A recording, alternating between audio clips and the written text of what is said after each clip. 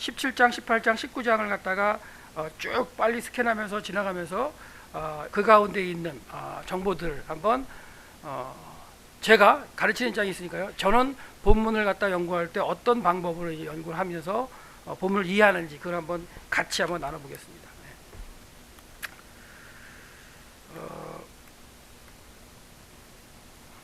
자, 일단은 열왕기상 17장을 볼 텐데요.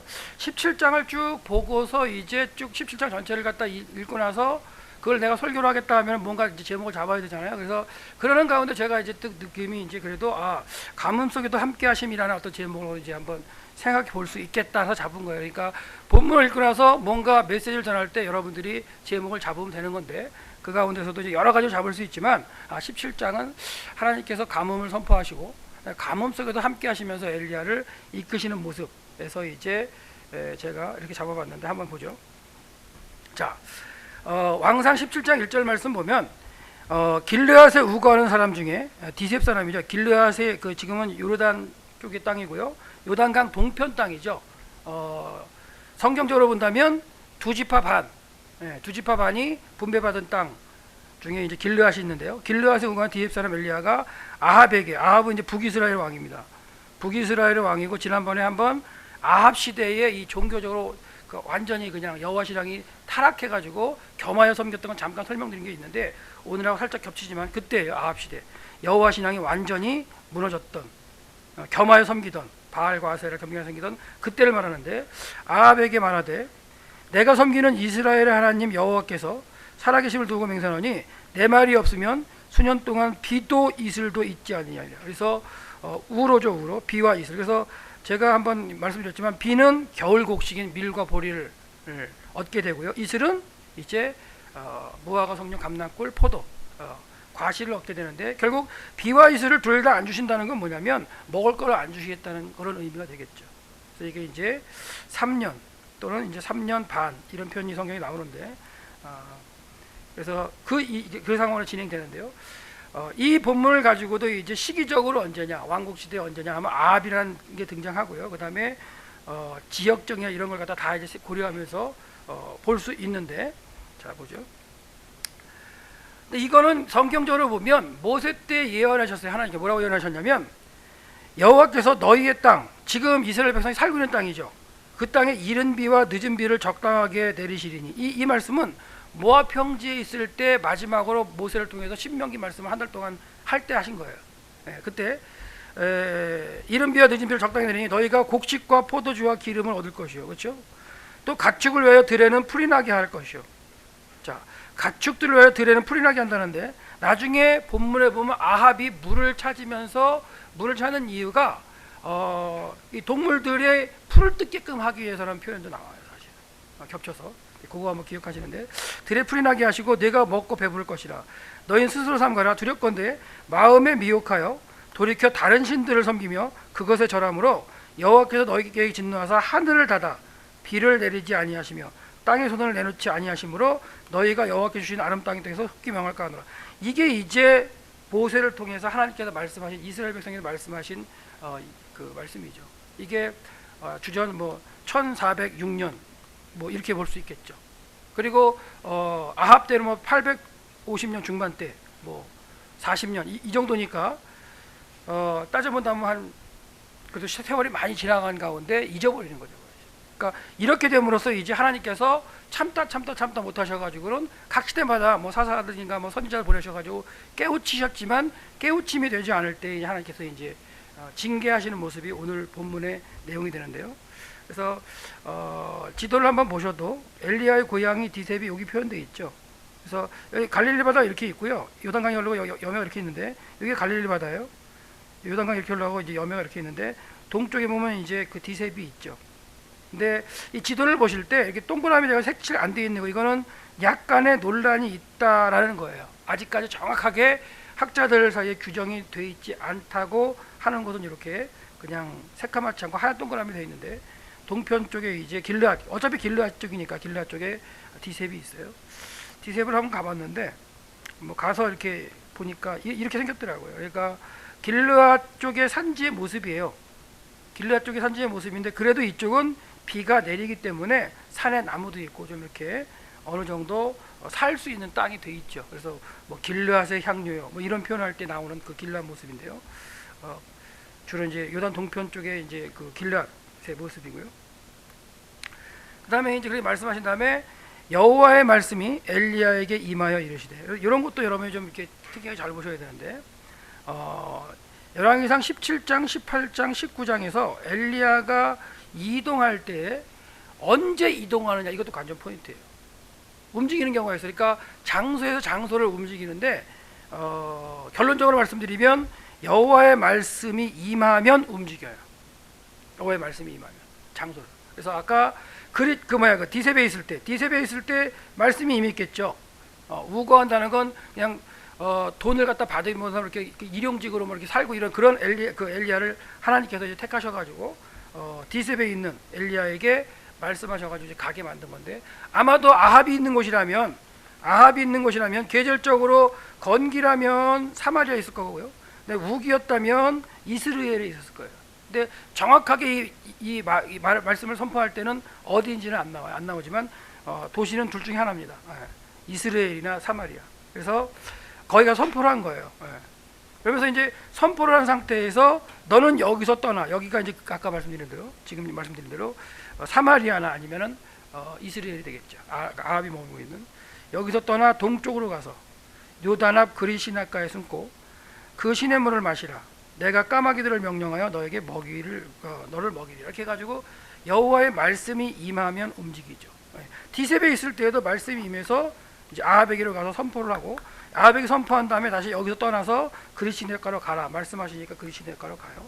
그래서 그리시네가가 과연 어디냐 했을 때, 그리시네가는 학자들마다 좀 약간 틀려요. 그 정확한 어떤 시내가 그 위치가 정확하게 알 수가 없으니까. 그래도 도시라든가 뭐 이렇게 같은 건 유적이 있으니까 알 수 있겠지만 정확히 그리시네가 어디냐 그건 잘 모르겠어요. 근데 이스라엘이든 사마리아든 동쪽으로 하면 요단강 계곡지대, 여기 이 근방 어디가 되겠죠.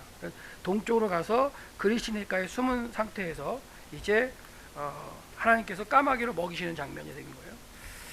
그가 여호와의 말씀과 같이 하여 움직이죠. 가죠. 움직입니다. 가서 요단 앞 그리시네가에 머뭅니다. 까마귀들이 아침에도 떡과 고기를, 저녁에도 떡과 고기를.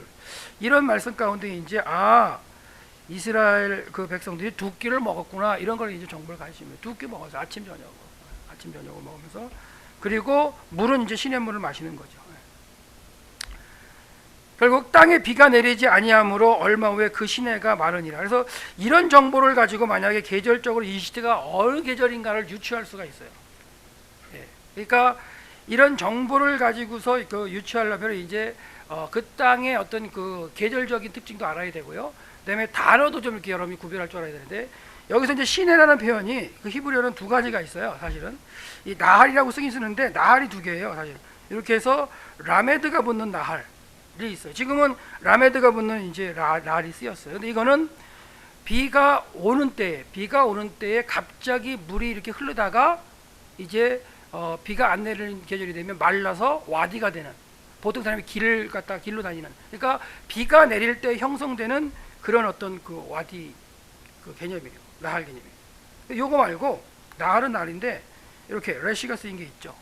요거는 이제 그래도 강 시내에서 사시사철 흐르는 강으로 구분해서 쓸 수가 있어요. 근데 이 본문에서는 이걸 썼거든요. 이걸 썼기 때문에 지금 그 와디에 물이 어느 정도 흘렀다는 얘기는 그래도 거기가 아니라 이제 우기 때 비가 일단 내렸어요. 내린 상태에서 아합에 가서 이제 외칠 수 있겠죠. 외친 상태에서 뭐 비가 와가지고 물이 좀 있으니까 그 외침을 들어도 아합은 뭐 끄떡 안 했을 수도 있어요. 그 다음에 이제 그리시네가로 와서 이 계곡 이 시내가 마르기까지 하나님께 이제 먹이시는 거죠. 그래서 쭉 어느 정도 지나면 이제 말라버리거든요. 마른 다음에 다시 이제 건기로 들어가면서 말라버린 다음에 다시 우기가 돼서 비가 내려야 되는데 그때부터 비가 안 오는 거죠. 그래서 3년을 비가 안 왔다는 표현을 갖다 쓰는 거예요. 그래서 여러분들이 보실 때 이런 이제 두 가지 정보를 가지고서 나중에 이제 한글 성경을 보셔도 시내라든가 뭐 이런 것들이 나오면, 우리나라 성경에는 와디라는 표현을 안 쓰니까 시내라는 표현이 나오면 계곡 이런 시내라는 표현이 나오면은 이제 구별을 살짝 할 수 있어요. 본문의 내용상 구별할 수 있는데 더 정확하게 하시려면 이제 원문을 보시는 게 나을 것 같고요. 그래서 지금 여기서는 나할 와디가 쓰였다는 거. 그래서 여기도 이제 물이 말라 버리죠. 그래서 물이 말라서 물이 마릅니다. 여호와의 말씀이 엘리야에게 이제 임하죠. 또 임해서 너는 일어나 시돈에 속한 사르밧으로 가서, 그렇죠? 물이 이제 말랐으니까 먹을 거는 까마귀를 공급해 줄 수 있지만 물은 이제 시냇물을 마셨거든요. 그러니까 물이 말라 버리니까 하나님께서 이제 이스라엘 땅에서 이제 외곽에 시돈으로 이제 보내시는 거죠. 그래서 보내십니다. 거기 가서 머물라. 내가 그곳에 과부에게 명령하여 내게 음식을 주게 하리라. 그가 일어나 사르밧으로 가서 성문에 이를 때 한 과부가 그곳에서 나뭇가지를 줍는지라. 이에 불러 이르되 청하건대 그릇에 물을 조금 가져다 나를 마시게 하라 하면서 이제 사르밧으로 이제 움직인 모습을 볼 수 있는데, 이 사르밧이라는 것, 시돈, 두로시돈에 속한 이 사르밧 자체가 이제 예수님께서도 이쪽 지역을 가시죠. 예수님께서 두로시돈 시돈지방 가셔가지고 가나안 여인 만나가지고 여인의 딸을 고쳐주는 장면이 나오거든요. 그런 장면에 등장하는 이제 그곳에 이제 엘리야가 가게 됩니다. 가면 이 이제 중간 어디 쪽에 있다가 두로시돈은 이쪽이거든요. 페니키아. 그래서 사르밧, 시돈, 두로 그 사이에 있는 이쪽까지 간 거예요. 근데 이쪽을 갔을 때 이제 사르밧 여인이 엘리야를 공개하게 되는데, 이 사르밧 여인이 고백하는 내용을 보면 참 재미있어요. 그래서 이제 한번 보면 이제 물을 가지러 가죠. 이제 물을 달라 해서 물은 줄 수 있는 거예요. 물을 이제 주려고 하는데, 그가 물을 가지러 갈 때에 엘리야가 그를 불러 이르되 청하건대 네 손에 떡 한 조각을 내게로 가져오라, 이렇게 얘기를 해요. 그랬더니 그 여인이 이렇게 얘기죠. 당신의 하나님 여호와의 살아계심을 두고 맹세하노니. 그냥 딱 보고서는 당신의 하나님 여호와라는 표현을 쓰죠. 그러니까 어떻게 보면 엘리야의 모습 가운데 유대인과 이스라엘 사람이라는 표시가 나니까 두로시돈에 사는 이 여인이 분명히 얘기를 했겠죠. 그리고 그 당시에 이제 선지자의 어떤 특징을 가진 그런 모습의 그 옷을 갖다 입었었던 것 같아요. 그래가지고 이렇게 표현을 하고 있어요. 그래서 당신의 하나님 여호와의 살아계심을 두고 맹세하노니 해서 이 여인은 이방신, 그 여인을 볼 때는 이방신이죠. 예, 그 여인의 입장에서 볼 때는 두로시단 그 신이 아니니까 이방신인데 당신의 하나님 여호와라는 표현을 갖다가 하시면서 맹세합니다. 신에게 대한 맹세예요. 그래서 맹세하면서 나는 떡이 없고 다만 통에 가루 한 움큼과 병에 기름 조금뿐이 없다. 내가 나뭇가지 둘을 주워다가 나와 내 아들을 위하여 음식을 만들어 먹고 그 후에는 죽겠다고 이제 생각한 거예요. 그래서 이 여인이 자기로 기준해서 이방신에게 이렇게 표현할 수 있는 건 그 당시가 신이 뭐라 해서 다신사회라고 그랬죠. 다신이었기 때문에 다른 신도 어떻게 보면 인정하는 거죠. 그리고 이 당시가, 이 아합 시대 당시가 두로와 시돈과 지금 오므리 왕조가 동맹을 맺은 때죠. 그러니까 서로 교류가 있어요. 그리고 두로 시돈의 이쪽에 이제 엣바알의 딸 그 이세벨이 아합과 결혼해가지고 지금 이제 이스라엘 왕국의 여왕 그 왕비로 있는 거잖아요. 그런 상태이기 때문에 어떻게 보면 교류가 있을 수 있는 거죠. 그런 상태에서 이제 이 여인이 그 얘기를 해요. 그래서 다른 나라 신에게 이렇게 얘기할 수 있다는 것은 여러 가지 정보 가운데 뭐 다신이라든가 다 할 수 있고요. 그 다음에 또 한 가지 정보는 정치적으로는 이제 오므리 때에 나라와 나라끼리 시돈 왕과 이제 그 사돈을 돼 가지고 이제 사는 상황이기 때문에 문물이나 뭐 이런 교류가 있었을 것 같아요. 그래서 충분한 가능성은 뭐냐면 아세라 선지자 400명도 지금 이스라엘에 와서 살잖아요, 그죠? 그러니까 그런 부분에서 본다면 이제 여호와 하나님, 여호와에 대한 것과 그 두로시돈에서 섬기던 어떤 신들의 관ям 가운데 이렇게 짬뽕이 돼가지고 백성들의 이제 모습 가운데 섬기고 있는 그런 모습을 갖다 이제 느껴볼 수 있는데요. 아합과 이세벨을 결혼시키는데, 이거 자세히 설명 안 하고요. 아합과 이세벨은 아합이 왕 때 이세벨이랑 결혼한 게 아니라 오므리가 왕이었을 때 아합과 이세벨을 결혼시키는 거예요. 그러니까 오므리의 이 정책 가운데 시돈 왕과 이렇게 정략적인 그 관계를 맺는 거죠. 이유는 왜 그러느냐? 이쪽을 갖다가 이쪽하고 이제 북이스라엘하고 이렇게 동맹을 맺으면 이 동쪽으로 진출하기가 좋거든요. 그래서 이 동쪽 땅을 진출해서 정복을 하려고 이 뒤를 갖다가 동맹을 맺고 이 남쪽과도 동맹을 맺죠. 여호사밧의 아들과 이 아합의 딸과 결혼을 시키죠. 그래서 동맹을 맺고, 그러니까 이제 양쪽이 앉아나니까 동쪽으로 진출해가지고 이쪽을 정복하는. 그러려니까 아합 시대 여리고 성을 갖다가 이제 다시 세우기도 하고, 그래서 동쪽으로 진출하는 교도를 만드는 그런 것들이 결국은 이제 그 당시에 정치적인 역학관계 가운데 이제 통원 정책을 하는 그런 모습으로서 이제 등장하는데, 그걸 통해서 이쪽에 있는 아세라 신에 대한 개념들이 북이스라엘에 이제 들어오게 되고, 북이스라엘의 바알 신앙이 남유다까지도 흘러가게 되죠. 이렇게 쭉 흘러가는 그런 모습이 이제 이 시대의 모습이에요. 근데 이 당시에 두로와 시돈 지방은 해상에서 해상 무역을 주름잡던 민족이에요. 그러니까 솔로몬 때 솔로몬이 이제 여기를 잡고서, 솔로몬이 이제 그 왕국을 통일하고서 이쪽에 애굽과 이쪽에 메소포타미아의 무역을 갖다 이렇게 왔다 갔다 하는 그 무역의 통로를 갖다가 장악을 했어요. 해변길 비아마리스하고 왕애들을 장악했어요. 근데 결국 바다 쪽으로 해서 들어오는 물건들은 이 두로를 통해서 들어와서 이 길을 통해서 다 퍼져나가는 거예요. 그러니까 솔로몬이 주변 나라와 이렇게 통운 정책을 많이 하는 이유도 똑같아요. 뭐냐? 해상으로 들어오는 그 무역품을 갖다가 자기 왕국에 있는 그 길을 통해서 무역을 하면 그 돈이 많이 남는 거예요. 그리고 남쪽에서 있는 이런 물건들을 와가지고 배를 타고 보내고, 그러니까 정략적으로 들어오시더니 다 할 수 있죠. 근데 결국은 아합 시대, 오므리 왕조 시대에 이 오므리가 왕권을 찬탈을 하고서 이제 6년 동안은 이제 그 북이스라엘 둘이서 다스리다가 6년 동안은 이제 혼자 다스리게 되는데, 그 혼자 다스릴 때에 디르사라는 곳에서 산속에 있는 디르사는 거기서 사마리아로 성을 옮겨요. 그건 뭐냐면 이제 정책 자체를 갖다가 이런 어떤 솔로몬의 정책을 쓰는 거죠. 써가지고 경제적으로 그 나라를 부강하게 만든 정책을 써요. 그러니까 어떻게 보면 솔로몬이 썼던 정책을 쓰면서 아합과 오므리와 아합은 경제적인 부흥을 누리죠. 그리고 그게 성공을 해요. 하지만 성공하면서 뭘 잊어버려요? 신앙을 잊어버리죠. 그 똑같습니다. 솔로몬 때하고. 그러니까 북이스라엘 이런 형국 가운데 이제 됐다는 거 생각하시고요. 그래서 주전 10세기부터 7세기까지 두로의 무역에 대한 거는 이제 성경에도 나옵니다. 그러니까 두로 시돈이 그런 역할을 했다. 그 두로 시돈과 북이스라엘이 동맹을 맺었다. 그래서 어떻게 보면 경제적인 부흥을 누리지만 신앙의 어떤 쇠퇴가 할 수 있는, 여호와 신앙이 쇠퇴할 수 있는 그런 것도 영향을 받았다. 결국은 지난번에 한번 얘기한 것 같은데요, 문화가 종교를 삼킬 수도 있는, 경제가 종교를 삼킬 수도 있는 이런 형국들이 이제 벌어지고 있어요. 예, 두로 해상 무역에 대한 어떤 지도기 때문에 나중에 한번 참고하시고요. 설명을 쭉 해드렸으니까 이제 한번 나중에 한번 보시면 됩니다. 이제 그런 상황에서 이제 엘리야가 시돈 지방에 왔을 때, 엘리야가 그 여인에게 말해요. 두려워하지 말고 가서 내 말대로 하려고 하거니와 먼저 그것을 나를 위하여 작은 떡 한 개를 만들어 내게로 가져오고 그 후에 너와 아들을 위하여 만들라. 그러니까 그러면서 뭐라 그러냐면요, 이스라엘의 하나님 여호와의 말씀이, 지금 이방 여인에겐 진짜 이 신은 다른 이방 신인데, 엘리야는 분명히 얘기합니다. 이스라엘 하나님 여호와. 근데 주변 나라들도 이스라엘의 그 하나님 여호와가 어떻게 했다는 건 전설로 아마 다 알고 있을 거예요. 왜냐면 출애굽할 때 그 어떤 그 일들이 40년 후에 여리고에 있는 라합에게서 고백이 되거든요. 그런 거라면은 이게 전승이 돼가지고 여호와 하나님, 이스라엘 백성의 신 여호와 하나님이 어떻다는 건 주변 나라에 다 퍼졌을 거예요.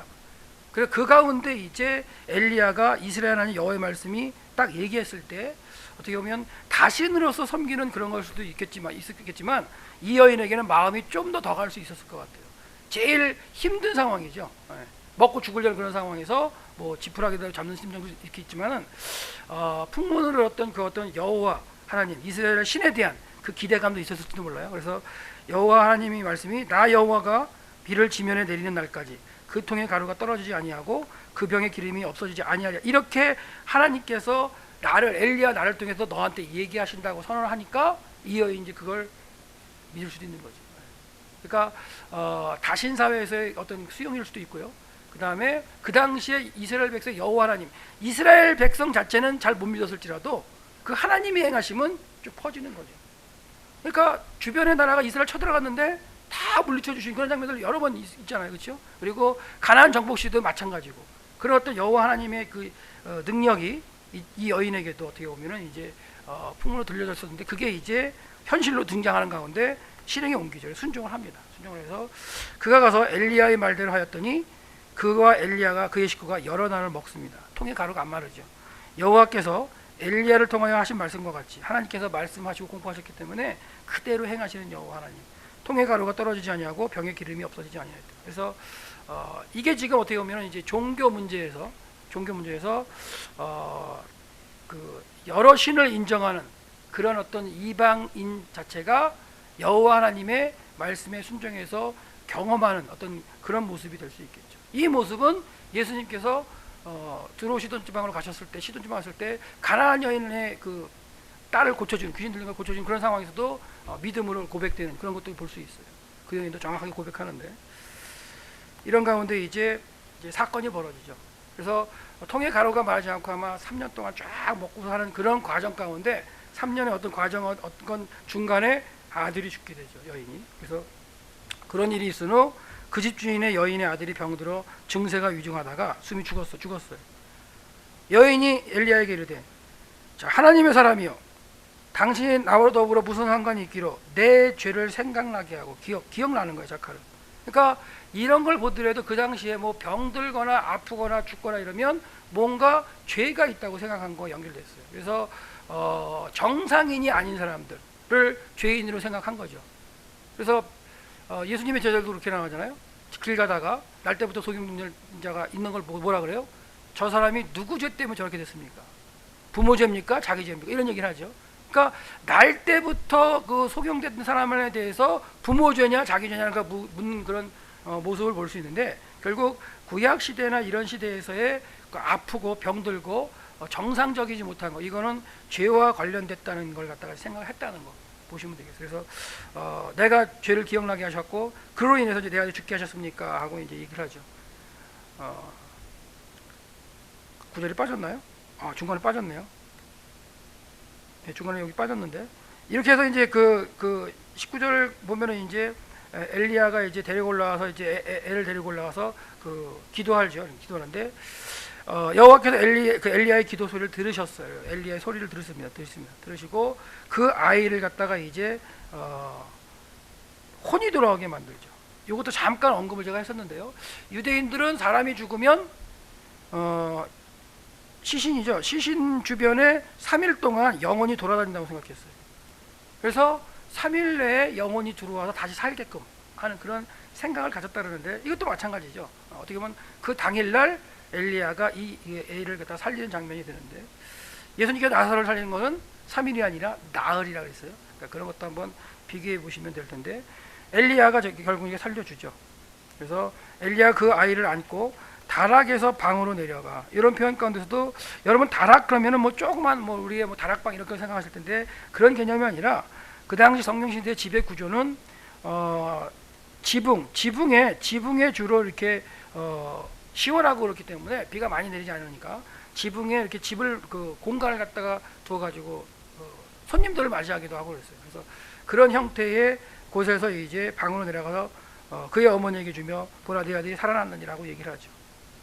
이 여인이 이때야 이제 내가 이제야 당신은 하나님의 사람이시오, 당신의 입에 있는 여호와의 말씀이 진실할 줄 아노라, 또 한 번 이제 경험하고 고백하는 장면인데요. 예, 이런 모양입니다. 이 지붕에도 사람이 살고 기도하는 공간, 잠자는 공간 다 사용했어요. 그러니까 지붕도 아주 요긴하게 쓰였어요. 지붕도. 결국은 이제 17장에서의 내용은 뭐냐면, 하나님께서 엘리야를 선택하셔서 선포하는 장면으로 이제 끝나고 사르밧에 가서 3년 동안 또는 3년 6개월, 둘 다 맞아요. 3년 6개월, 정확하게 본다면 3학년 6개월 텐데 3년 6개월 동안 이제 하나님께서 공개를 받게 하는 그런 장면으로서 이제 사르밧으로 간 사건이었고요. 두 번째 이제 18장을 보시면 이제 하나님께서 여호와께서 하나님이면서 보이시는 거예요. 이게 무슨 말이냐면, 아까 18장 21절에 보면 이런 말씀이 있죠. 이건 이제 갈멜산에서 이제 엘리야가 하나님께 불을 내려서 이 제단을 태워달라고 기도하기 전에 이제 백성들에게 외치는 거예요. 엘리야가 모든 백성이 가까이 나가 이르되 너희가 어느 때까지 둘 사이에서 머뭇머뭇하려느냐. 이게 뭐냐면 바알과 여호와 사이에서 머뭇머뭇하는 거예요. 바알이 하나님이냐, 아니면 여호와가 하나님이냐, 이런 생각 가지고도 이제 생각하는 거죠. 머뭇머뭇하려느냐.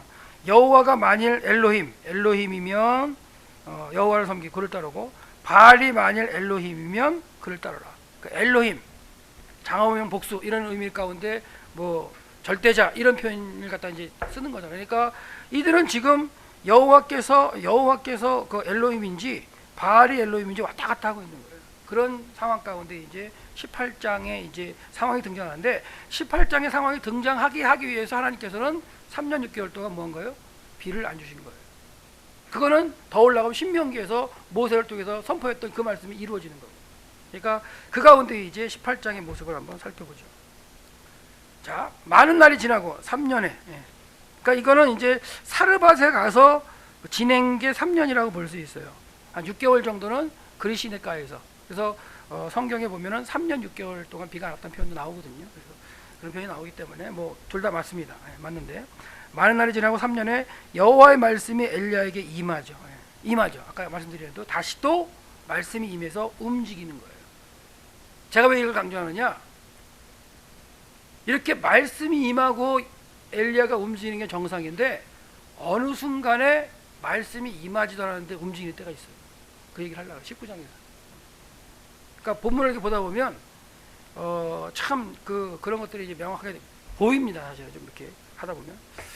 그래서 임하여 이르시되 너는 가서 아합에게 보이라. 내가 비를 지면에 내리리라. 자, 엘리야가 아합에게 보이려고 가니 그때 사마리아의 기근이 심했다. 그러니까 3년 동안 비가 안 왔기 때문에 엄청나게 심했겠죠. 그래서 이 사마리아의 모습이에요.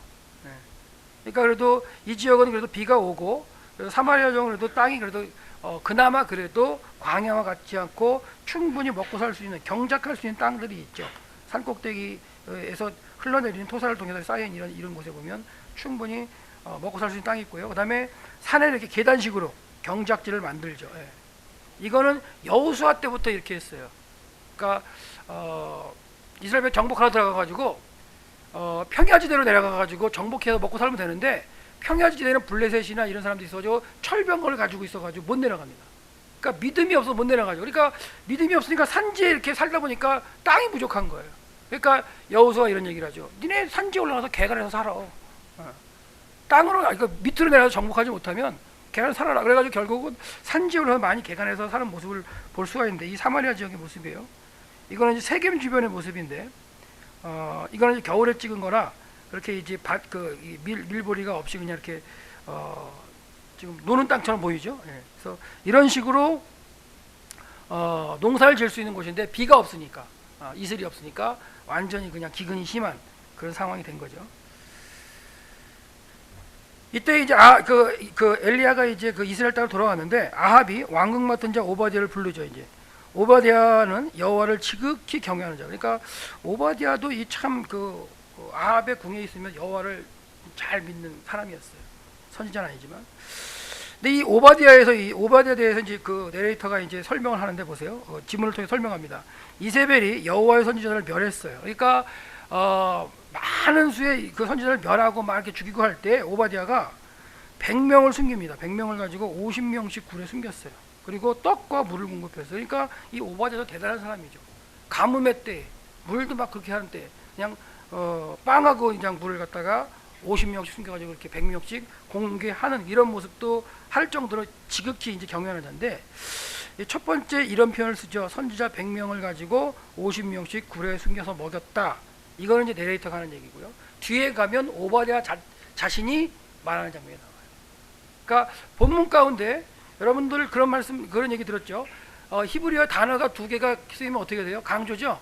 강조입니다. 내용도 마찬가지로 두 개가 이렇게 겹쳐서 쓰인다면 강조일 텐데, 그러면 오바댜가 이렇게 선지자 100명을 50명씩 숨겼던 걸 왜 이렇게 본문 가운데 앞뒤로 배치하면서 강조를 할까? 한 번은 내레이터가 설명을 하고, 한 번은 오바댜와 엘리야가 대화할 때 이 선포를 얘기를 해요. 자기가. 왜 그럴 것 같으세요? 그 내용이 뒤에 가면 연결이 될 수 있어요. 19장 가면 엘리야는 도망가면서 자기 혼자 남았다고 생각하죠. 여호와의 선지자 자기 혼자 남았다고 생각하고 도망가요. 착각이죠, 착각. 여호와의 엘리야의 착각. 그래서 그런 것 가운데 어떻게 보면 내레이터가 이렇게 장치로 해가지고 앞에서도 뭔가 엘리야가 착각하고 있는 모습을 갖다 이렇게 보여주는 그런 모습을 볼 수 있는데요. 하나님께 나중에 이제 19장에서 호렙산에 갔을 때 뭐라 그래요? 야, 바알에게 무릎 꿇지 않은 사람 몇 명 있다고요? 7,000명이나 있어. 이런 얘기 하시잖아요. 그러니까 나만 남았다고 생각하는 그 착각이 자꾸만 이제 일을 어렵게 만들죠.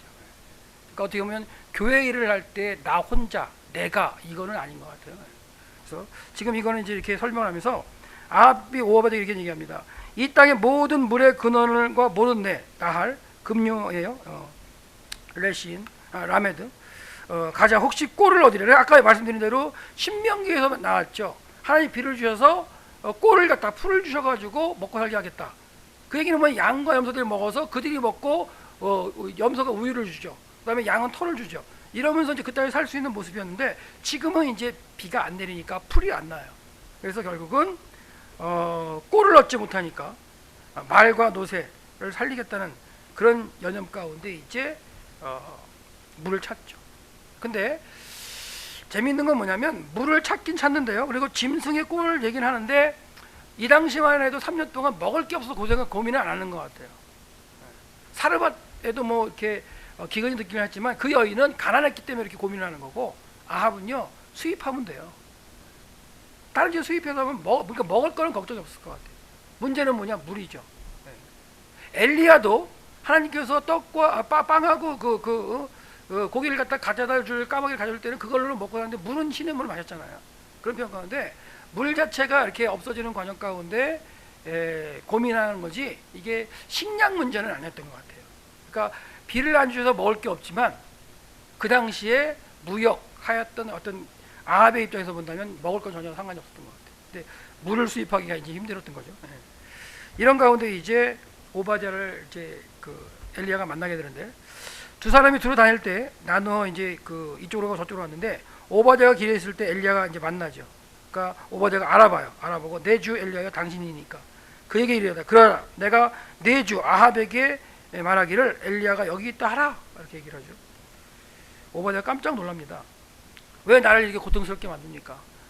아합 왕이 당신을 갖다가 3년 6개월 동안 찾아다니면서 막 죽이려고 찾아다녔는데 그러면서 하는 얘기예요.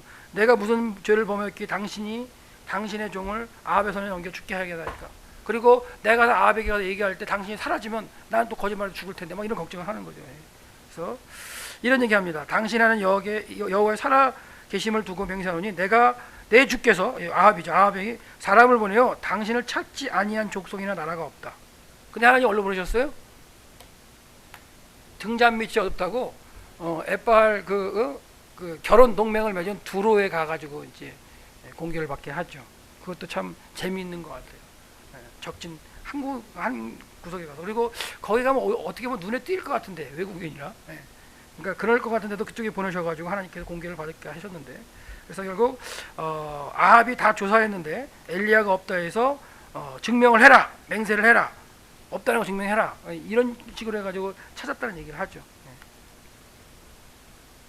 그래서 결국은 이제 오바댜가 이제 당신은 엘리야를 아합에게 얘기할 수가 없고 얘기한다면 죽을 수밖에 없으니까 그리고 또한 내가 얘기할지라도 당신이 사라지면 내가 또 곤란해진다 이런 얘기 하고 있어요 지금. 그리고 자기는 어려서부터 여호와를 경외한 자라고 이제 분명히 얘기를 하면서 아까 얘기했던 대로 보세요. 이세벨이 여호와의 선지자를 죽일 때 내가 여호와 선지자 중 100명을 50명씩 굴에 숨겨 떡과 물로 먹인 일을 내 주께는 들리지 아니하였나이까 이것까지 얘기하죠. 당신의 귀에는 들리지 않았습니까? 그러니까 어떻게 보면 여호와 신앙이 유지되고 있는 거 이게 지금 어떻게 보면 이제 밑바탕에 깔려서 이제 가는 형국인데 엘리야는 이제 뒤에 19장에 보면 그런 생각을 못해요. 자기 혼자 남았다 이런 생각을 하게 돼요. 자 이제 당신이 가서 내 주에게 말하기를 엘리야가 여기 있다 하라 하시니 내가 가서 그러면 그가 나를 죽이리라 이런 얘기를 하면서 할 때 이제 엘리야가 이런 얘기하면 내가 섬기는 만군의 여호와께서 살아계심을 두고 맹세하노니 내가 오늘 아합을 만나겠다. 그래서 만납니다. 만나서 하는 얘기를 보면 서로 원인 비가 오지 않는 원인이 어디 있느냐에 대해서 이제 얘기하면서 서로에게 이제 책망을 하죠. 엘리야가 볼 때 아합이 그에게 이르되 이스라엘 괴롭게 하는 자요라고 이제 아합이 이제 그 얘기를 하고 엘리야가 대답하되 내가 이스라엘 괴롭게 한 게 아니라 당신과 당신의 아버지 집이 결국 다른 신을 섬겼다는 얘기를 하는 거예요. 그래서 여호와의 명령을 버렸고 바알을 따랐다. 아까 신명기에 말씀하신 정확한 고백을 지금 하고 있어요. 그런즉 사람을 보내 누구 말이 맞는가를 하자 해서 온 이스라엘과 이세벨 상에서 먹는 바알 선지자 450명과 아세라 선지자 400명을 다 불러 모아라. 갈멜산으로 모아서 내게로 나오게 하라 해서 지금 종교 대결을 하죠. 종교 전쟁을 하죠. 이게 이제 엘리야의 모습이에요. 갈멜산입니다. 갈멜산은 푸르름의 대명사예요. 그러니까 그 갈멜산이 말을 이루다 하면 완전히 재앙이라 그랬어요. 그러니까 이스라엘 땅에서 풍요의 대명사는 헬몬산과 갈멜산이에요. 진짜 44절 푸르고 마르지 않는 그런 갈멜산입니다. 이 갈멜산에 모여라고 얘기를 하죠. 그 모입니다. 여기도 구절이 좀 빠졌나요? 아니구나. 모여가지고 모아놓고 이제 백성들에게 얘기하죠. 너희가 어느 때까지 머무르면서 바알과 하나님 여호와를 갖다가 너희들이 정확히 선택하고 따라라 이렇게 얘기를 할 때 백성들이 한 말도 못해요. 왜? 본인들도 이제 기본적으로 여호와 신앙은 있죠, 사실은. 있는데 그게 생활 가운데 바알과 같이 이제 겸하여 섬기면서 어느 때는 이렇게 어느 때는 이렇게 이런 신앙이기 때문에 머뭇머뭇거리는 신앙 가운데 할 말을 못하는 그런 형국이 돼 있어요. 갈멜산에 가면 엘리야 동상이 이렇게 서 있습니다. 밑에 있는 게 어느 선지자일까요? 바알 선지자일 거고요. 이렇게 칼을 들고 있는데 칼을 잘 보세요. 칼이 어떻게 생겼나? 칼이 이렇게 좀 이렇게 휘어 있죠. 이렇게 휘어 있습니다. 칼이 이렇게. 왜 휘었을까요? 이제 왜 휘었을까요? 그러면 이제 대답하는 게 너무 사람들 많이 죽여서 뭐 이러면 그거는 아니고 이걸 이렇게 그 휘게 그린 만든 것도 고증을 해서 이렇게 만들었을 거 아니에요, 그렇죠? 이유가 있죠. 제단에 쓰는 칼이랍니다. 제단에 사용하는 칼.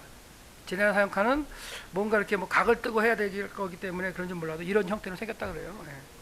그래서 엘리야가 이제 불로 응답하는 신에 대해서 이제 얘기합니다. 여기서 보세요. 불로 응답하는 신이 참신이라고 해서 내기를 하는데 내기는 아니죠. 조건을 내세요. 그런데 보세요. 이 불로 응답하는 원래 불로 응답하는 신이 바알의 개념이었어요. 바알이 번개 내리고 막 이런 신이었거든요, 사실은. 그러니까 적진에 들어가서 적진의 그 신이 그 하는 그 형태의 내용을 가지고서 이제 제안을 하는 거예요. 그러면 꼼짝을 못하죠, 바알 선지자들이. 그러니까 바알 선지자들도 자기가 바알 선지자면서도 바알 신께 막 그 제사 드리고 해도 이게 안 된다는 걸 아는 사람도 있었을 거예요, 아마. 그냥 이게 진짜 돈벌이 수단으로 먹고 사는 수단으로 아마 거기에 가지고 막 이렇게 백성들을 갖다가 이렇게 하는 그런 모습의 그 선지자들이었을 수도 있어요. 그러니까 그들이 나중에 보면은 막 몸을 찢고 막 그러잖아요. 막 극에 대한 행동을 보이잖아요. 근데 이미 그들은 자기 신 바알이 어떻게 보면 응답하지 못한다는 걸 아마 생각하면서도 그곳에 어쩔 수 없이 모인 걸 수도 있었어요. 근데 그러면서 이제 더 이상 빠져나가지 못하게 어떻게 보면 불로 응답하는 신에 대한 조건을 걸죠. 지금. 그것도 참 어떻게 보면 조건을 거는데 이런 것들을 통해서 바알 선지자들이 빠져나가지 못하는 구석도 이렇게 어떻게 보면 장치적으로 막아놓는 모습도 볼 수 있는 것 같아요. 제 생각이니까 아주 좋아하셔야 돼요. 제 생각이에요. 그러면서 이제 백성이 뭐라냐면 여호와 선지자는 나만 남았다. 여기도 계속 나만 남았던 표현이 많이 나와요. 엘리야가 지금 어떻게 보면 이제 착각을 하고 있는데 바알 선지자는 450명이다. 송아지 둘을 잡아라. 그래서 이제 각각 이제 한 마리씩 잡아가지고 이제 불로 응답하는 걸 하죠. 그래서 바알 신들에게 너희는 너희 이름을 부르라. 나는 여호와 이름을 부르니 불로 응답하는 그 신 그가 하나님 엘로힘이다 이런 얘기예요. 엘로힘이다. 백성이 다 얘기하죠. 말 다 그게 맞다. 그러니까 진짜 자기들의 눈앞에서 이 벌어질 일, 그 신이 참신이다. 그런 이제 고백을 하죠. 그러니까 이적이나 뭐 어떤 이런 표적을 보고서 믿겠다는 그런 의미일 수 있어요. 근데 표적을 보고 믿는 게 얼마는 가겠지만 믿음을 유지하고 하나님의 신앙을 유지하는 건 표적이 아니라 저는 가르침이라고 생각하거든요. 하나님께서도 분명히 말씀하셨어요. 말씀을 가르치라. 자녀에 가르치라. 그래서 여호와 앞에 분명히 이방신을 섬기지 않고 여호와 앞에 살아야 되는 당위성을 계속 가르치는 거니까 가르침에 어떤 초점을 맞춰서 있어야 되는데 이 표적을 가지고는 안 될 것 같아요. 그게 이제 뒤에도 이제 계속 나오는 얘기인데 지금 일단 18장에서 뭐 하냐면 불로 응답하는 신이에요. 근데 봐요.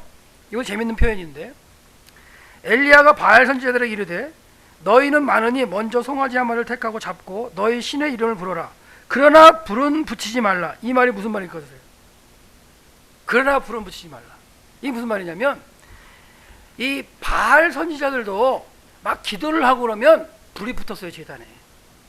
백성들이 막 모여가지고 제단을 만들고 여기다 이렇게 나무를 벌려놓고 이제 짐승을 잡아놓은 다음에 옆에서 막 서가지고 막 이제 바알신을 갖다 막 찬양하고 기도하고 막 하겠죠. 몸을 갖다가 막 찢어가지고 피도 내기도 하고 이런 어떤 퍼포먼스를 하면 제단에 불이 붙었어요. 왜 그런 줄 아세요?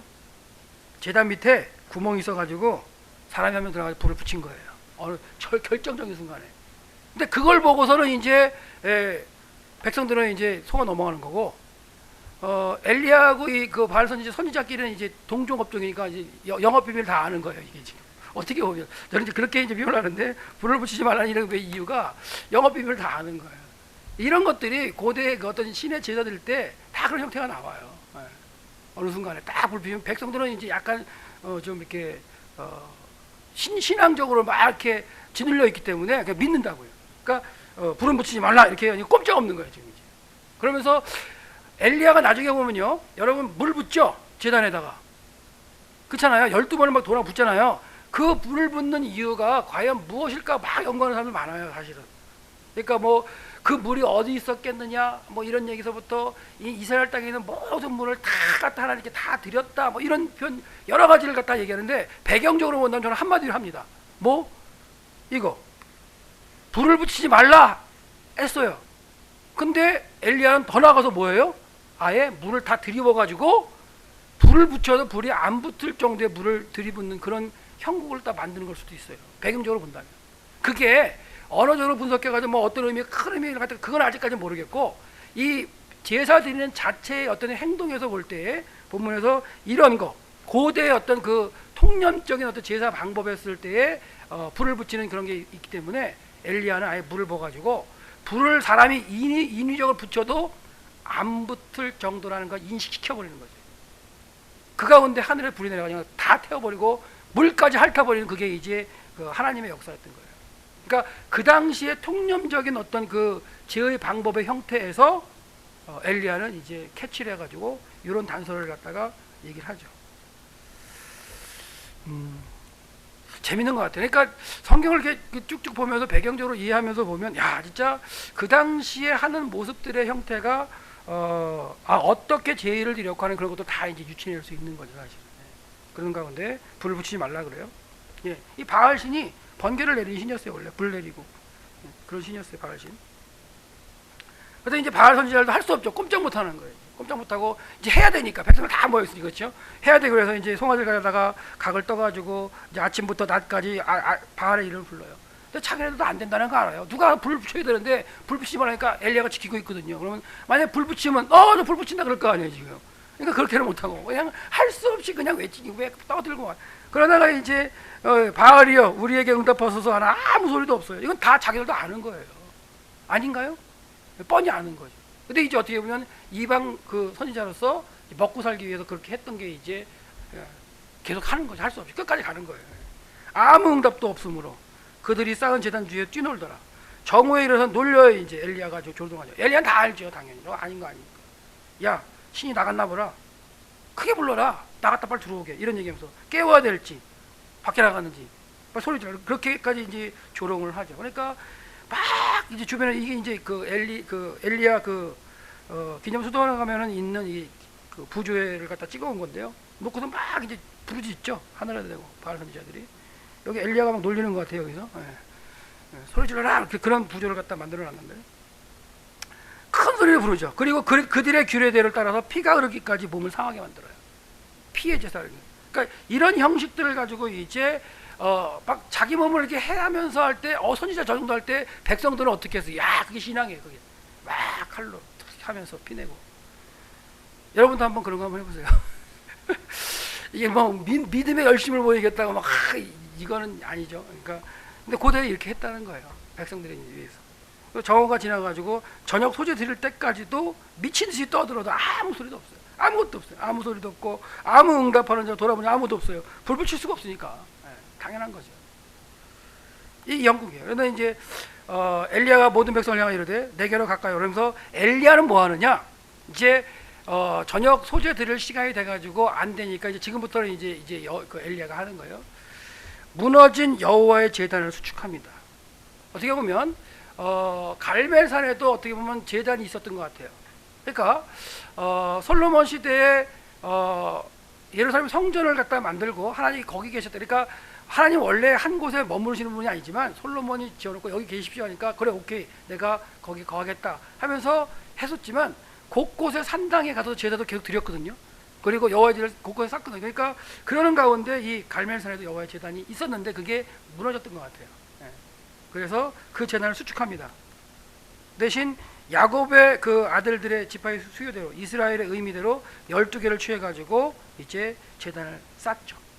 이스라엘이라는 이름을 들었던 그 야곱, 너희들의 북이스라엘 너희들의 정체성이 뭐냐 하는 그런 가운데 12지파 가운데 내려온 하나님의 신앙의 백성들이라는 어떤 의미 가운데 12제 돌까지 쌓죠. 그래서 여호와 이름을 의지하여 그 돌로 제단을 만들어 쌓고 제단을 돌아가며 곡식 종자 두세 줄만큼 도랑을 만들어요. 그래서 지금도 엘리야 기념교회 그 안에 보면 앞에 이렇게 돌의 제단을 갖다가 만들어놨어요. 그런 것 때문에. 그래서 12개의 돌 가지고 딱 만들어 놓은 모습을 볼 수 있는데 나중에라도 여기 엘리야 기념교회 가면 이런 거 보고 하나 사진 하나 찍어 오면 12돌을 가지고 제단을 엘리야가 세워놨지 그런 게 안 까먹어져요. 본문이. 읽고 지나가면 까먹지만 그래서 12개의 제단을 돌을 통해서 이제 하나님의 제단을 수축합니다. 그리고 나무를 버려놓고 송아지를 각을 떠서 위에 놓고 통넷에 물을 채우다가 번제물과 날 부었습니다. 넷에 3번 12도랑 그러니까 엄청나게 부은 거예요. 그러니까 저는 단순하게 생각합니다. 그냥 이 물이 어디서 났느냐 그거 생각할 필요가 있어요. 그 다음에 이걸 왜 부었느냐 그거보다 아까 그건 단순하게 그냥 제의할 때 진짜 백성들이 볼 때에 불을 내린 신 참신이라는 게 답인데 이렇게 물을 다 보는 가운데도 응답하는 신, 그 신이 참신 아니냐 이걸 보이기 위해서지 않을까. 근데 그게 제 생각이 맞는 것 같은데 모르겠어요. 더 연구 한번 해보세요. 더 의미가 더 이제 더 속으로 이제 찾을 수도 있겠지만 물이 제단으로 두루 흐릅니다. 도랑으로도 흘러 넘쳐요. 그 정도의 상황에서 이제 태우는 겁니다. 그래서 저녁 소재 드릴 때 엘리야 선지자가 나가서 말하되 아브라함과 이삭과 이스라엘 하나님 여호와여 주께서 이스라엘 중에 하나님 되신 것과 내가 주의 종인 것과 내가 주의 말씀대로 모든 일을 행하는 것을 오늘 알게 하시소서. 이러면서 사실 여기 기도하면서 좀 강조가 되긴 해요. 누가? 내가가 강조가 되긴 해요. 그래 나만 남았다 내가 막 이런 표현 가운데 좀 엘리야가 이렇게 드러나는 모습도 있어요. 대단한 선지자 아닌가요? 우로가 없을 것이다 비가 이슬이 없을 거다 외치면 안 없어져요. 안 와요. 가가지고 또 통에 가루가 다 가져갈 것이다. 괜찮아요. 애가 죽었어요. 기도하니까 나아요. 이런 과정 가운데 지금 엘리야는 지금 막 어떻게 보면 막 이적의 선지자예요. 이적이에요. 본인도 그걸 느껴요 지금. 그러면서 하고 있는데 저는 엘리야의 착각이라고 생각하는 거죠. 뒤쪽에 넘어가면서 하나님이 하시는 건데 그러니까 하나님이 엘리야를 통해서 하시는 거지 엘리야 개인의 능력을 가지고 하시는 게 아니잖아요. 엘리야가 원래 디셉에서 우거했다는 표현은 그냥 살았던 거예요. 뭔가 선지자로서 했던 게 아니라 그냥 살았던 사람을 들어 쓰시는 거예요. 그냥 선지생도로 공부한 것도 아니고 선지생도 학교가 신학교가 만들어지는 건요 엘리야가 이 체험을 한 이후에 만들어집니다. 그러니까 어떤 신학교 스쿨도 없었어요. 그 가운데 이제 하나님이 그냥 뽑아서 쓰시는 그 과정 가운데 엘리야가 몇 번 이제 하나님의 일을 감당하다 보니까 이제 담이 커졌나요? 그런지 몰라도 이렇게 얘기를 하고 있어요. 그래서 여호와께 내게 응답하소서 참 이것도 이제 원어를 찾아봐야 되는데 제가 이제 시간이 없어서 안 찾아봤는데 여기 내가가 들어가는데 과연 이 내가가 어떻게 지금 강조가 되는지는 원문을 보면서 충분히 찾아볼 수 있어요. 거기까지 안 찾아봤어요. 이 백성의 주 여호와는 하나님이신 것과 주는 그들의 마음을 되돌키심을 알게 하옵소서. 그래서 엘리야가 하나님께 기도해서 이 응답받는 과정 가운데, 그리고 이렇게 기도하면 하나님은 들어주실 수밖에 없어요. 왜? 이 보여주셔야 이게 깨우치니까. 그러니까 어떻게 보면 하나님께서 이 엘리야가 기도를 할 때 이렇게 자꾸만 제 착각하고 있는데 이렇게 생각하시면서도 그 기도를 들어줄 수밖에 없어요. 그렇죠? 네. 이 상황에 불을 내리셔야 되니까. 불을 내렸을 때 하나님께서 하셨구나.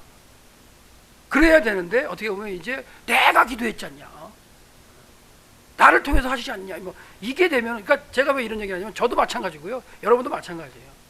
교회 일을 하고 할 때에 뭔가 어떻게 될 때 하나님이 함께 하셔도 되는 그 생각을 하고 뭔가 이렇게 자신이 해가지고 된 것이냐 하는 말을 한다면 좀 고민이죠. 사실. 아무리 자기를 통해서 일을 갖다가 했을지라도 고민을 할 수밖에 없을 것 같아요. 불로 응답하셨어요. 여호와께서 불로 응답하셨고, 불을 내려가 번제물, 나무, 돌, 흙, 도랑까지 다 태워버리죠. 이건 붙여서도 되는 일이 아니죠. 그러니까 결국은 모든 백성이 보고 엎드려가지고 두려운 거예요. 자기 눈에도 그 일이 벌어지니까. 불 붙이는 것도 아니고, 어떻게 보면 백성들도 아마 그 영업 비밀을 알아가지고 불 붙여서 같이 그냥 와 하고 그랬을지도 몰라요. 바알 선지자들. 근데 이거는 전혀 그게 아니죠. 전혀 그게 아니기 때문에 백성이 두려워할 수밖에 없어요. 엄청나게 두려워가지고 여호와 그는 엘로힘이시로다. 여호와 그는 엘로힘이시로다. 반복하죠. 2번 반복하는 거. 그러니까 그런 어떤 강조 가운데 이제 하나님께 고백을 하죠. 그러니까 엘리야가 외칩니다. 바알 선지자를 잡되 하나도 도망가지 못하게 해라. 그래서 450명을 잡아서 기손시내가 다 죽여버리죠. 이쪽이 갈멜산이고요. 기손시내가 이렇게 흘러가네요. 이렇게 또랑이죠, 또랑. 또랑이고 비가 안 왔기 때문에 막 말랐고 이런 상태에서 그냥 바알 선지자 450명을 죽이는 그런 상황이 이제 벌어진 거예요. 죽이고 있습니다. 그래서 그럼 왜 갈멜산을 택했나 했을 때 이제 아까 본다면 이 갈멜산은 비옥함의 대명사예요. 비옥함의, 그러니까 그 비옥함의 대명사 가운데 이제 3년 6개월 동안 비가 나서 다 그 말라갈 때 갈멜산에서 비를 주시는, 그리고 어떻게 보면 그 케렘엘, 그래서 갈멜은 케레멜에서 신에 대한 그 어떤 명칭이 이미 들어가 있어요. 갈멜이라는 말이 하나님께서 하시는 뭐 그 포도원 뭐 이런 의미 가운데 있기 때문에 갈멜산을 택할 수도 있고요. 그 다음에 갈멜산 재미있는 건 뭐냐면, 갈멜산이 이제 요 위치인데, 갈멜산이 요 위치인데요. 이 두로하고 시돈에서 들어오는 길목에 위치한 곳이에요. 그러니까 완전히 적진에 아주 그냥 그 깊숙한 곳일 수도 있어요. 신앙적으로 본다면. 그러니까 엘리야가 적진 깊숙이 들어가서 싸우는 그런 형국이 될 수 있는 거예요. 그 정도로 해서 보시면 되겠고요. 19장을 좀 해드려야 되니까 한번 나중에 읽어보세요. 그래서 지금도 가면 갈멜산 위에 이제 무흐라카라는 곳에 이제 그 갈멜산 수도원이 있고, 여기 내려다 보면은 이스라엘 평야가 쫙 내려다 보이는 그런 곳 가운데서 이제 종교 전쟁을 했죠. 근데 이 본문 가운데 450명의 바알 선지자는 죽이지만 아세라 선지자는 죽였던 언급이 있어요, 없어요? 없다고 한번 언급해드렸죠, 제가. 없어요. 그래서 결국은 이후에 여호와 신앙으로 돌아왔느냐? 아니에요. 바알을 싹 없애고 그 자리에 누구만 넣었어요? 여호와 하나님만 껴가지고 여호와와 아세라를 섬기는 장면으로 흘러간다고 지난번에 한번 제가 보여드렸어요. 그래서 그걸 잠깐 보여드리면 그런 거죠. 콘틸렛 아주르드에 보면 이런 게 있다, 이렇게 보여드렸습니다. 여기에 이렇게 여호와와 아세라가 같이 있는 형국의 토기들, 이런 것들이 이제 발견됐다라는 표현을 한번 했고요.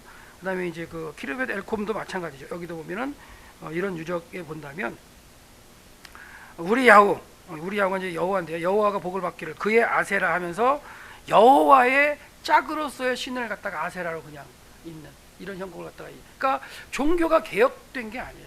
이 종교가 개혁되면 사고가 개혁돼야 됩니다. 유일신 하나님 가야 되는데 결국 그냥 바알만 없어요. 거기다가 여호와만 끼워넣는 형국이 돼버린 거죠, 사실.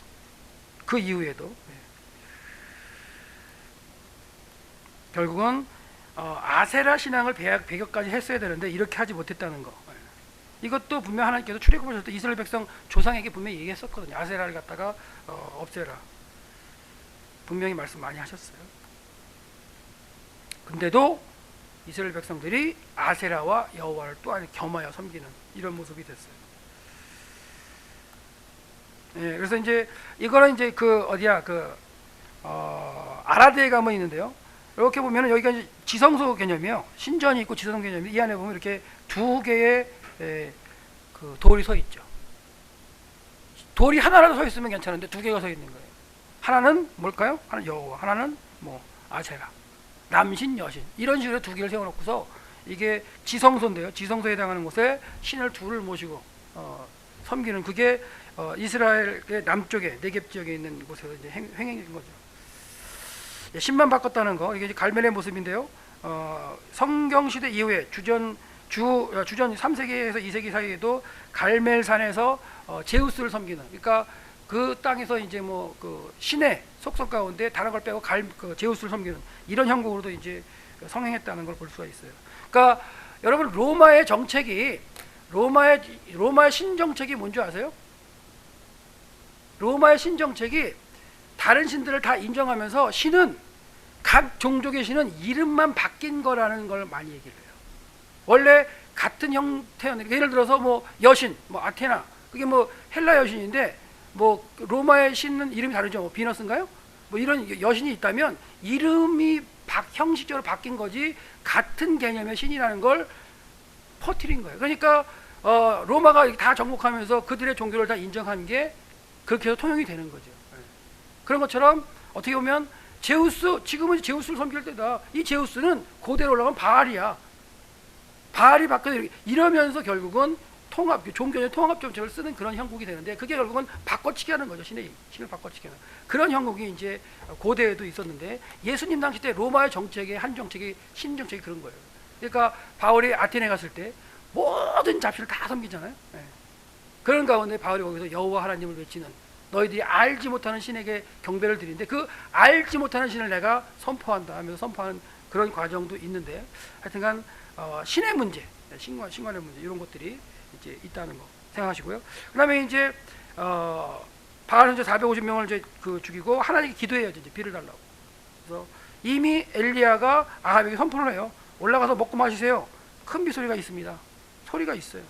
여러분 이 본문에서요 소리라는 단어도 이렇게 장치적으로 몇 번 들어가요. 소리가 19장에 가면 엘리야가 마음이 하나님 앞에 완전히 꼬꾸라지는 장면에서 콜 데마마다카 세미한 소리가 나와요. 그 세미한 소리를 듣고 엘리야가 바뀌거든요.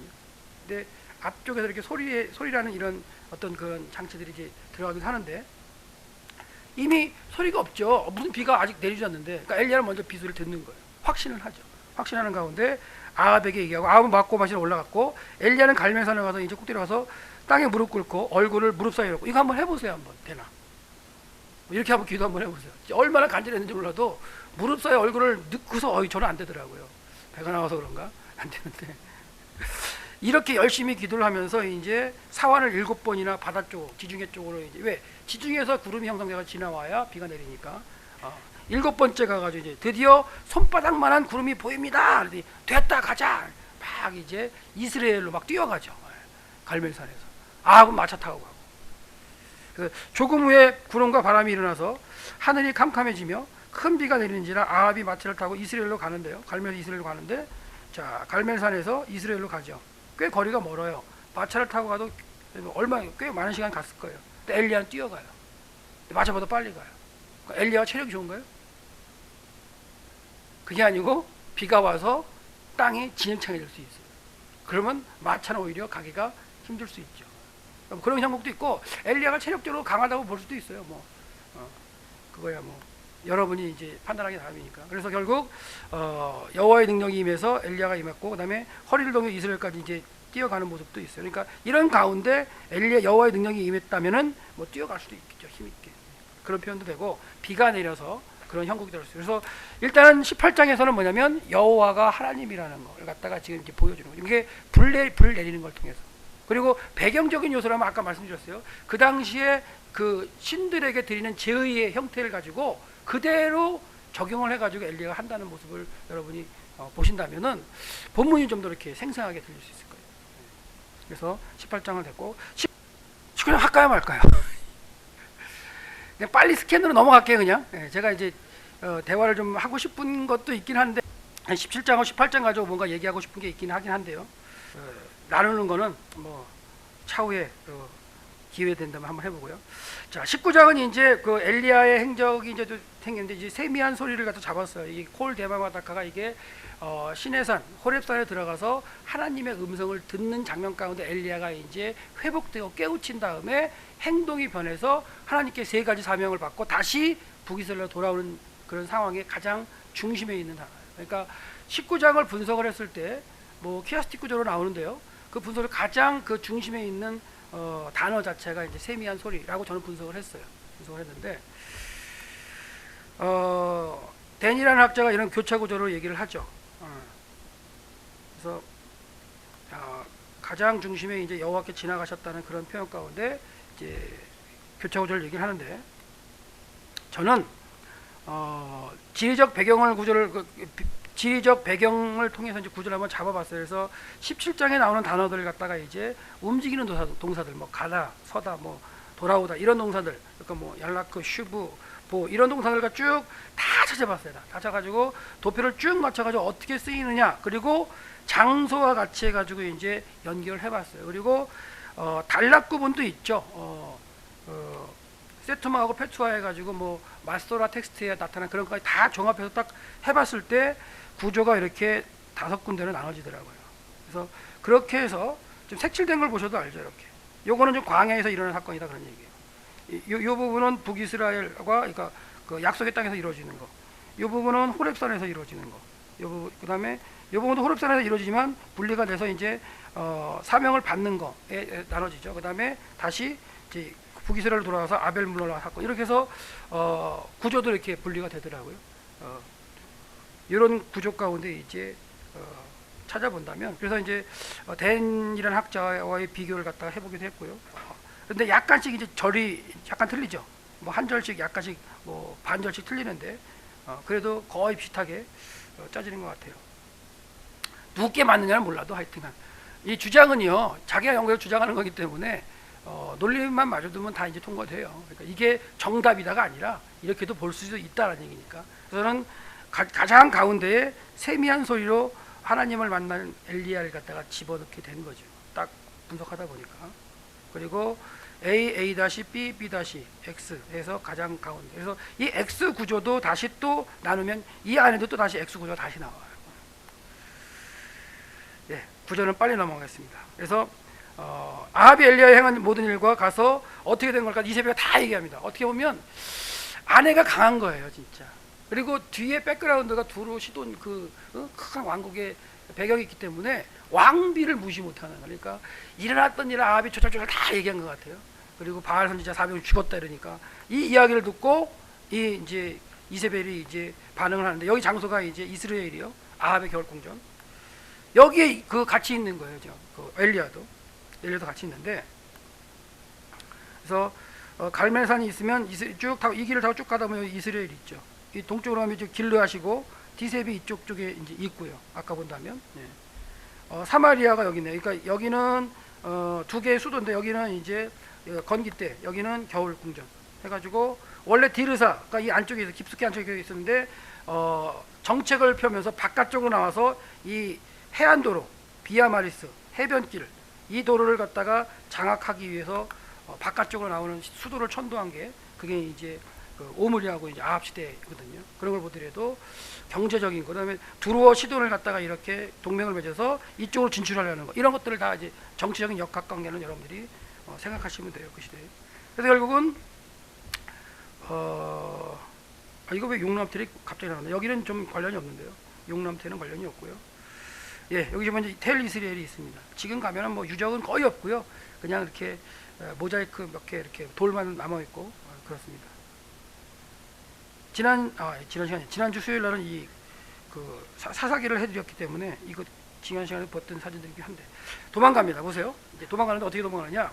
이세벨이 이제 사신을 보내서 엘리야에게 얘기합니다. 너 만나면 내가 바알 선지자를 죽인 것처럼 그렇게 할 거야. 네 생명을 쳐서 저들 중에 한 생명을 갖게 하겠다라고 얘기를 합니다. 이 얘기를 듣자마자 이 누구야, 엘리야가 마음이 녹아요. 그리고 하나님의 사인이 없어요. 이전에 하나님 사인 뭐예요? 여호와의 말씀이 임하셔서 움직인다 그랬잖아요. 여기서만 자기가 움직여요. 여호와의 말씀이 있는 게 없어요. 이 이후에도 여호와의 말씀이 있어 너 호렙산도 들어가고요. 너 다시 그 부기스라엘 갑니다. 그게 움직이는데 여기만 하나님의 어떤 사인이 없어요. 이세벨의 소리를 듣고 도망가요. 이게 이제 아까 얘기한 거예요. 그래서 그가 자기의 형편을 보고 일어나 자기 생명을 위하여 유다에 속한 브엘세바까지 도망갑니다. 보세요. 근데 자기 형편을 이런 것들은 이제 구절적으로 그걸 갖다 보시려면 졸작이지만 제 소논문 제그 THM 논문 가면 있어요. 한번 찾아보시고요. 유다에 속한 브엘세바라가 무슨 말이냐면 지금 엘리야가 있는 곳이 북이스라엘의 겨울 수도인 이스라엘이에요. 이스라엘인데 이세벨의 소리를 듣고 엘리야가 도망가기 시작합니다. 남쪽으로 도망가는데 국경을 넘어가요. 유다 땅에 국경을 넘어가요. 북이스라엘 선지자가. 그리고 유다에서도 브엘세바는 어디예요?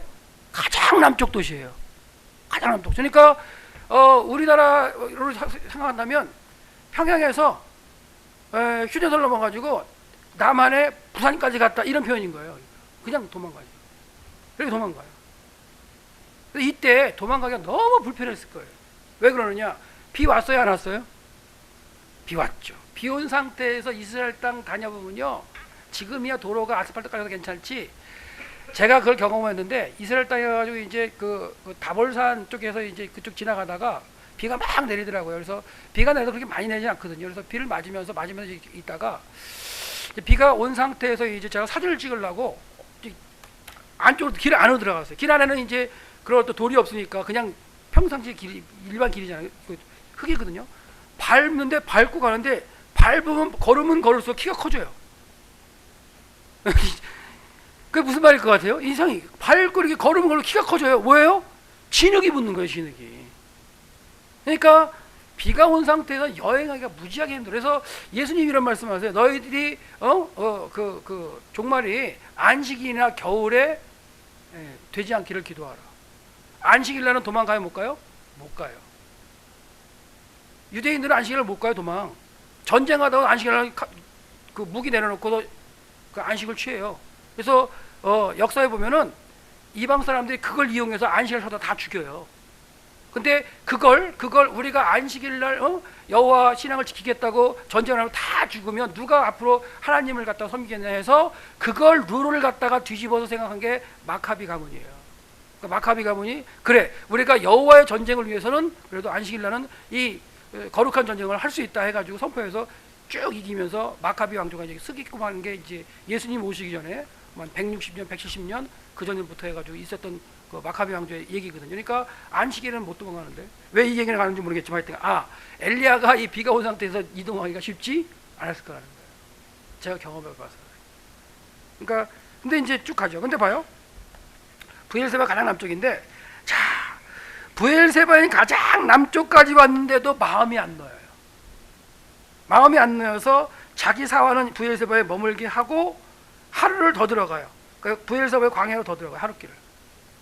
근데 재밌는 건 이게 이제 과연 그러니까 성경을 연구하고 이렇게 하다 보면 너무나 이렇게 절절하게 이어져요. 무슨 말이냐면 여러분들은 그건 제가 설명드릴게요. 갑자기 또 생각나가지고 설명 안 드릴 수 없잖아요. 북이스라엘과 남유다가 나눴을 때 유다가 나눴을 때 자 남쪽 지파가 몇 지파가 결합되죠? 유다하고 모르세요? 유다하고 누구하고? 유다하고 베냐민만 두 지파만 되죠. 그리고 북이스라엘 10지파가 모이죠. 그렇게 되는데 재밌는 건 뭐냐면요. 여러분 시므온 지파는 땅을 분배 받았나요? 안 받았나요? 시므온 지파는 원래 땅을 분배 못 받았어요. 왜? 쭉 올라가면 창세기 디나 사건이 있습니다. 레위하고 시므온이 하나님의 거룩한 언약의 표시인 할례를 가지고 사람들 죽였거든요. 그게 이제 올무가 돼가지고 레위하고 시므온을 갖다가 하나님께서 징계를 하시는데 레위는 어느 때 회복이 돼요? 광야에 나와서 금송아지 우상할 때 레위인이 나와서 하나님의 일을 가면서 동족을 죽여와서 한번 해결해가지고 레위는 회복이 돼요. 근데 시므온은 안 돼요. 그래서 이 시므온이 분배를 못 받아요. 그래서 어떻게 되느냐? 유다가 분배받은 땅에 그냥 속해 살아요. 속해 사는데 어느 쪽을 주로 받냐면 이 브엘사바 근방의 남쪽 이쪽을 갖다 분배받아 살았어요. 분배받은 것들이 섞여 사는 거죠. 그럼 보세요. 여러분 열 지파가 북이스라엘이 되고 남유다하고 베냐민만 해서 이렇게 남유다가 됐다면 이 시므온은 어떻게 된 거예요? 그러니까 애매한 거죠. 시므온이 남쪽에 있으면서도 어떻게 보면 북쪽에 동조하는 그런 걸로 생각할 수도 있어요. 열 지파가 북쪽으로 갔다니. 그렇다면 이 지역에 있는 이때도 안심 못해요. 그리고 또 한 가지 안심 못하는 게 뭐냐? 브엘세바도 안심 못하는 게 뭐냐? 남유다하고 북이스라엘이 지금 뭐예요? 결혼 동맹 관계예요. 아합의 딸과 여호사밧의 아들과 여호람과 아달리하고 결혼해가지고 동맹 관계이기 때문에 여기까지 와서도 이제 뭐 이런 거 있잖아요. 범죄 인도조약 뭐 이런 것들이 있을 거 아니에요. 지금도 있는데.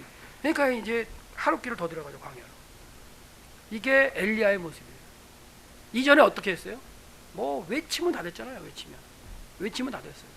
그런 대선지자가 왜 이렇게 돼가지고 도망가느냐? 연구해 보셔야죠. 근데 이게 저는 이제 엘리야의 착각이라고 생각하는 거예요. 엘리야의 착각이라고 생각하는데, 브엘세바의 모습, 이거는 브엘세바의 모습이고요. 광야길을 하루 더 들어가요. 더 들어가가지고 광야로 들어가서 이제 로뎀 나무에 앉아서 보세요. 이제 하루길쯤 더 들어 로뎀 나무에 앉아서 자기가 죽기를 원합니다. 근데 여기서 이제 죽기를 원하는 하나님께 뭐라고 하냐면, 자 얘기하는 거 보세요. 여호와여, 넉넉하오니 지금 내 생명을 거두시옵소서. 나는 내 조상들보다 낫지 못하며, 이렇게 하면서 하나님 보고 죽여달라고 얘기를 해요. 근데 이게 본인의 심정일까요? 저는 좀 엘리야를 좀 이 상황에서 나쁘게 표현한 게 아니라 엘리야의 착각이라고 표현하면서 엘리야가 하나님께 대든다고 생각이 돼요. 지금 아무리 생각해봐도. 왜? 나 혼자밖에 없다고 생각하기 때문에, 나 혼자 남았다고 생각하기 때문에, 하나님 죽기 좋은데요? 내 형편을 보세요. 나 죽어야 되겠는데요? 이러면서 내가 죽으면 어떻게 돼? 여호와 선지자 없잖아요. 그러니까 죽여달라고 막 이렇게 어떻게 보면 하나님께 막 이렇게 할 수도 있는 것 같아요. 느낌이. 그러는 가운데 겸손이나 뭐 이런 게 아니라 로뎀 나무에 앉아. 근데 여러분 이 로뎀 나무가 이스라엘 백성에게는 그 의미는요, 진짜 힘든 상황에서, 엄청나게 처절하게 힘든 상황에서 등장하는 나무가 로뎀 나무예요. 그래서 제가 로뎀 나무를 인터넷 딱 쳐보니까 광야 느낌은 보일서 더 들어가야지 되는 게 광야예요. 완전히 광야인데 이런 곳으로 아예 도망간 거예요.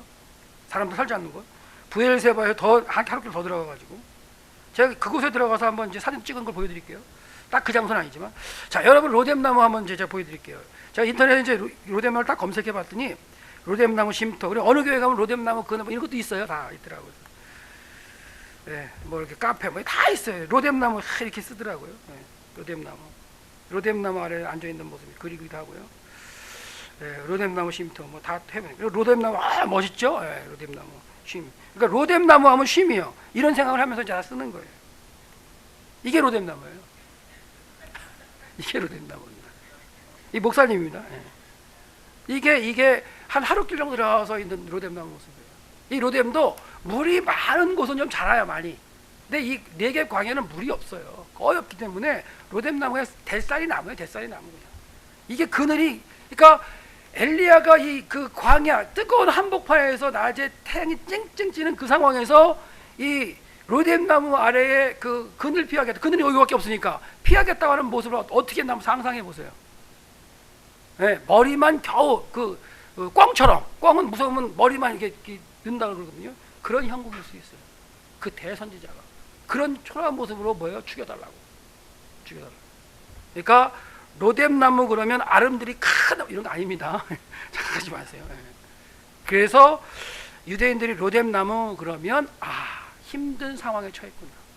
어떻게 보면 영육 간에 힘든 거예요. 지금 영육 간에 힘들어요. 이게 광야에 보면 이제 있는 건데요. 이렇게 웅덩이를 만들어 놓죠. 왜? 여기도 비가 내리면 한꺼번에 쫙 흘러내려가거든요. 그럼 조금만 내려도, 그렇잖아요. 비가 내리면 이게 진흙이 돼가지고 땅속으로 안 스며들고 막 떼굴떼굴 굴러가니까 이게 낮은 곳으로 모여가지고 갑자기 급류가 되어 샥 흘러가요. 그래서 그런 표현도 있어요. 바벨론 포로인 상황에서 우리를 네겝의 남방의 시내들처럼 우리를 돌리소서. 그러니까 남방의 시내물은요, 갑자기 형성돼서 확 흘러가는 그런 형국이거든요. 그러니까 그렇게 흘러갈 때 이제 이렇게 시스템을 만들면 물이 이제 이렇게 차면 이 물 가지고 그 주변 사람들이 이제 먹고 살기도 하죠. 이게 시스템인데 제가 들어가 봤어요. 꽤 깊죠? 네, 깊어요. 근데 이럴 때 여기서 광야에서 하나님께 2번 먹이세요. 네, 그래서 로뎀나무 아래에서 지쳐가지고 힘들어가지고 막 누워 있을 때 하나님께서 어루만지시면서 먹어라. 그래서 먹이세요. 물과 떡을 갖다가 이제 물을 먹이고요. 또 가서 이제 먹고 다시 누워요. 누웠는데 다시 한번 또 와가지고 또 먹어라. 네가 갈 길이 있다. 막 넘어갑니다 이제. 그래서 결국은 2번 먹이서 회복시킨 다음에 호렙산으로 들어가게 만들었어요. 이래 먹고 이제 그 먹은 거 2번 먹은 걸 가지고 40주 40일을 걸어서 호렙산을 가는 거예요. 원래는 모세 때는 열 하루길이라고 표현이 나와요. 열 하루길이면 가데스바네아까지 호렙산까지 와요. 근데 지금 엘리야는 40주 40년을 걸어갑니다. 왜 그럴까요? 그럴 수 있죠. 불기둥 구름기둥 있을까요 지금? 제가 볼 때는 없어요. 이스라엘 백성들은 불기둥과 구름기둥은 같이 오기 때문에 낮이고 때문에 막 걸을 수 있지만 엘리야는 지금 체력적으로 아니면 상황적으로 막 그렇게 갈 수 있는 상황은 아닌 거예요. 그래서 40일 40주야를 그렇게 가면서 호렙산으로 들어갔죠. 하나님이 보내셨어요. 보내셔가지고 들어가면 왜냐면 네겝 쪽에 여기서 이렇게까지 내려오면 여기 시내산이 여기 있거든요. 전통적인 시내산 모습을 생각할 때 누구는 이쪽 사우디아라비아 쪽에 산이 있다고 하지만 성경적으로는 동의 안 됩니다. 저는 이쪽에 들어가게 되는데 40주 40일을 가가지고 호렙산을 가요. 호렙산 굴에 들어가요. 거기 가면 이제 시내산 가도 엘리야가 왔다고 하는 곳에 이렇게 기념 수도원을 만들어 있어요. 있기는. 거기 이제 굴에 들어가죠. 굴에 들어가서 머물러 있더니 들어가서 있습니다. 가면 이제 모세 기념교회도 있고요. 그러니까 시내산 가도 모세 기념교회 모세만 생각하는데 시내산에 엘리야도 왔다 갔어요. 엘리야가 시내산에서 회복되고 다시 돌아간 거예요. 빨리 넘어갑시다. 여호와의 대화하는데 오직 나만 남았거든요. 또 얘기해. 2번씩 하나님 앞에 얘기를 해요. 하나님은 아니다. 착각하지 마라. 그걸 깨우치고 싶어요. 그러면서 야, 너 여기 있느냐? 너 왜 굴에 여기 처박혀 있냐? 왜 그래 도대체? 그럴 때 이렇게 막 하소연을 하죠. 그럴 때 이제 하나님께 뭐라 하시면 너는 나가라. 불 밖으로 나가라. 그리고 여호와 앞에 산에 서라. 그래도 안 나가요. 안 나갑니다. 그러면서 여호와께서 지나가시는데 바람이 산을 가누고 바위가 바람을 부수고 바람 가운데 여호와 계시지 않아. 그러니까 바람이 불어서 막 이적이 등장하죠. 산이 막 움직이는 그런 현상이 보이지만 그런 것 가운데 여호와가 계시지 않습니다. 그다음에 바람 후 지진이 있어요. 지진이 있는데 지진 가운데 여호와가 계시지 않아요. 그 다음에 지진에 불이 있습니다. 불 가운데 여호와가 계시지 않습니다. 이거는 그동안에 엘리야가 이적을 베풀었던 그런 것 가운데 이적이 선지하는데 그 이적 속에 어떻게 보면 여호와가 안 계신다는 반증일 수도 있어요. 3번의 반복 가운데. 근데 그 이후에 불 후에 콜데마마 다카 세미한 소리가 있는데 그 세미한 소리가 있은 후에 엘리야가 움직입니다. 엘리야가 움직여요. 엘리야가 듣고 겉옷으로 얼굴을 가리고 굴 밖으로 나가서 서요. 섰을 때 다시 하나님께 너 왜 여기 있느냐 이런 표현을 하십니다. 그러니까 엘리야가 굴 속에 있다가 바뀌는 모습은 이 3가지 어떤 큰 그런 어떤 현상적인 모습이 아니고 세미한 음성의 소리. 저는 그 세미한 소리를 하나님의 말씀이라고 이제 논문에서는 이제 한 거죠. 그래서 하나님의 말씀만이 사람을 깨우치길 수 있고 신앙을 회복시킬 수 있고 하나님 앞으로 돌아올 수 있게 만든다. 이적은 출발일 뿐이라는 거죠. 그다음에 어떻게 보면 엘리야가 갈멜산에서 종교전쟁 이긴 다음에 불내는 그 테스트가 이긴 다음에 그 다음에 했어야 할 것은 어떻게 보면 백성들을 가르치는 그런 걸 통해서 회복을 시켜야 되는 거가 아닌가 하는 게 제 주장이에요. 제 생각이에요. 왜 그러느냐? 이렇게 해서 하나님을 만난 다음에 엘리야가 3가지 사명을 받아요. 이거는 이제 중심 단락의 이제 그 X 구조고요. 넘어가죠. 이거는 설명드렸고. 그래서 이적이냐 세미한 소리냐 할 때는 세미한 소리라고 이제 생각하는데 이 세미한 소리가 하나님의 말씀으로 가르치는 거라고 생각한다면